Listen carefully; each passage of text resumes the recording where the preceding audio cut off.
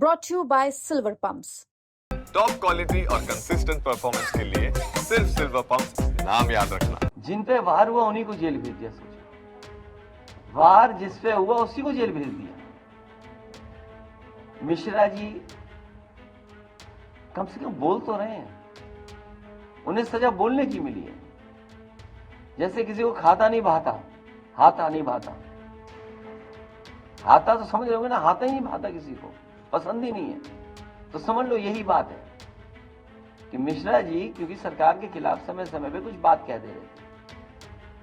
भाई जेल तो उसको जाना चाहिए था जिसने कहा करनी सेना का कौन साथी है कि हम लोग जान ले लेंगे, मार देंगे, गोली मार देंगे। तो क्या अखिलेश यादव अब रामजी लाल सुमन वर्सेस करनी सेना की लड़ाई के बीच में एक बड़ा दांव चल रहे हैं? ये चर्चाएं बहुत तेजी से हो रही हैं और चर्चाएं ये भी कि क्या ये दांव अखिलेश यादव के लिए 2027 के चुनाव में एक बहुत बड़ी मदद करेगा। क्या ये जाति विशेष सवर्णों का एक तबका क्या अखिलेश यादव के साथ आएगा, जो अभी सेंटिमेंट्स अखिलेश यादव बनाने की कोशिश कर रहे हैं? नमस्कार, आप देख रहे हैं यूपी तक और आपके साथ मैं हूं सुषमा। दरअसल हम बात करें यहाँ पर ब्राह्मणों की।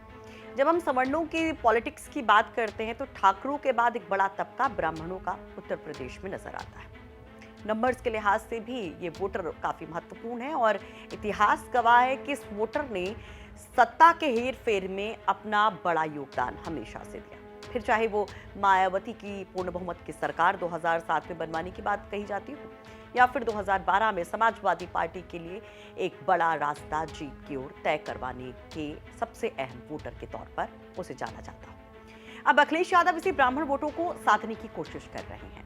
अभी आप देख ही रहे हैं कि किस तरीके से वाराणसी के मिश्रा जी, बनारस वाले मिश्रा जी बड़े चर्चा में हैं। अखिलेश यादव उनके लिए आर पार की लड़ाई की बात कह रहे हैं। अब जिस तरीके से उनके ऊपर ये कहा गया कि हमला किया गया, आरोप तो ये लगाए गए कि करनी सेना वालों ने बनारस वाले मिश्रा जी पर हमला किया। अखिलेश यादव काफी तलखतीवर के साथ नजर आते हैं। उनके तमाम नेता दिग्गज इस मुद्दे को उठाते हैं। यहाँ तक कि जो विधान परिषद के नेता प्रतिपक्ष हैं, समाजवादी पार्टी के वरिष्ठ नेता हैं, वो पहुंच जाते हैं बनारस वाले मिश्रा जी और हरीश मिश्रा से अस्पताल में मुलाकात के लिए। पुलिस को घेरते हैं, प्रशासन को घेरते हैं। रणनीति तो ये भी बनाई जा रही है समाजवादी पार्टी की तरफ से कि इस इशू को ऐसे ही नहीं छोड़ा जाएगा। इन सब के बीच में एक हाथा बहुत ज्यादा चर्चा में रहा। गोरखपुर के तिवारी जी भी बहुत चर्चा में हैं। हरीश शंकर तिवारी के बेटे विनय शंकर तिवारी की गिरफ्तारी के बाद भी अखिलेश यादव काफी ज्यादा गुस्से में नजर आते हैं।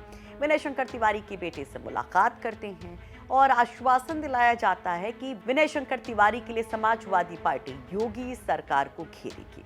यहाँ पर दरअसल मामला करोड़ों के हेराफेरी का था, गबन का था, जिसमें ईडी ने विनय शंकर तिवारी को गिरफ्तार किया है।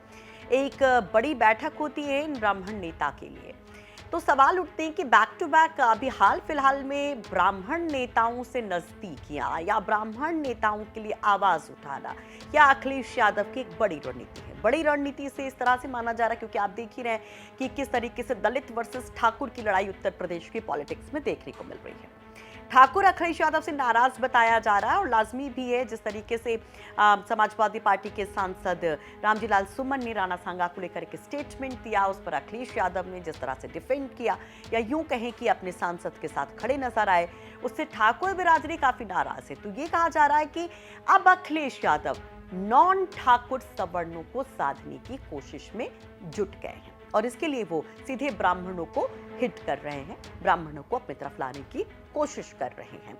हालांकि ये कोशिशें पिछले काफी वक्त से जारी है। अगर अखिलेश यादव की हम रणनीति की बात करें तो नेता प्रतिपक्ष कौन होगा विधानसभा में, इसको लेकर भी खूब चर्चाएं थी और जिस तरीके से 2024 के चुनाव में अखिलेश यादव पीडीए के दांव पर पूरा फोकस कर रहे थे, पीडीए की धार के जरिए जिस तरीके से उन्होंने बीजेपी की जड़ों को मानो काटने का काम किया, कई सीटों पर बहुत महत्वपूर्ण जो सीटें थी बीजेपी के लिए या फिर बीजेपी के सहयोगियों के लिए, और एक अप्रत्याशित नतीजे यहां पर दिए। तो चर्चाएं ये थी कि नेता प्रतिपक्ष विधानसभा का कोई पीडीए से ही होगा, लेकिन सबको चौंकाते हुए पूर्वांचल के एक बड़े ब्राह्मण चेहरे को अखिलेश यादव ने विधानसभा में नेता प्रतिपक्ष बना दिया। माता प्रसाद पांडे को नेता प्रतिपक्ष बनाया गया। यानी कि कुल मिलाकर धीरे धीरे अगर आप अखिलेश यादव की पॉलिटिक्स को देखेंगे, जो वो नारा देते भी अभी हाल फिलहाल में जितनी भी प्रेस कॉन्फ्रेंस वो कर रहे हैं, मीडिया के सामने जितनी बार भी आ रहे हैं, वो कह रहे हैं कि दरअसल ये जो लड़ाई है ये 80 बनाम 20 नहीं है जो योगी जी कहते हैं, या 85 बनाम 15 नहीं जो उन्होंने खुद कहा था 22 के चुनाव में, बल्कि अब वो कह रहे हैं कि ये लड़ाई जो है 90 बनाम 10 की है। तो अब इस 90 में अखिलेश यादव क्या ब्राह्मणों को भी जोड़ रहे हैं, और जिस तरह की वो कोशिशें कर रहे हैं क्या उससे ब्राह्मण अखिलेश यादव से जुड़ेगा, अब ये सवाल बड़ा है। दरअसल गाहे बगाहे चर्चाएं चलती रहती, चाहे 22 का आप चुनाव देख लीजिए विधानसभा का, या 24 का लोकसभा का चुनाव देख लीजिए।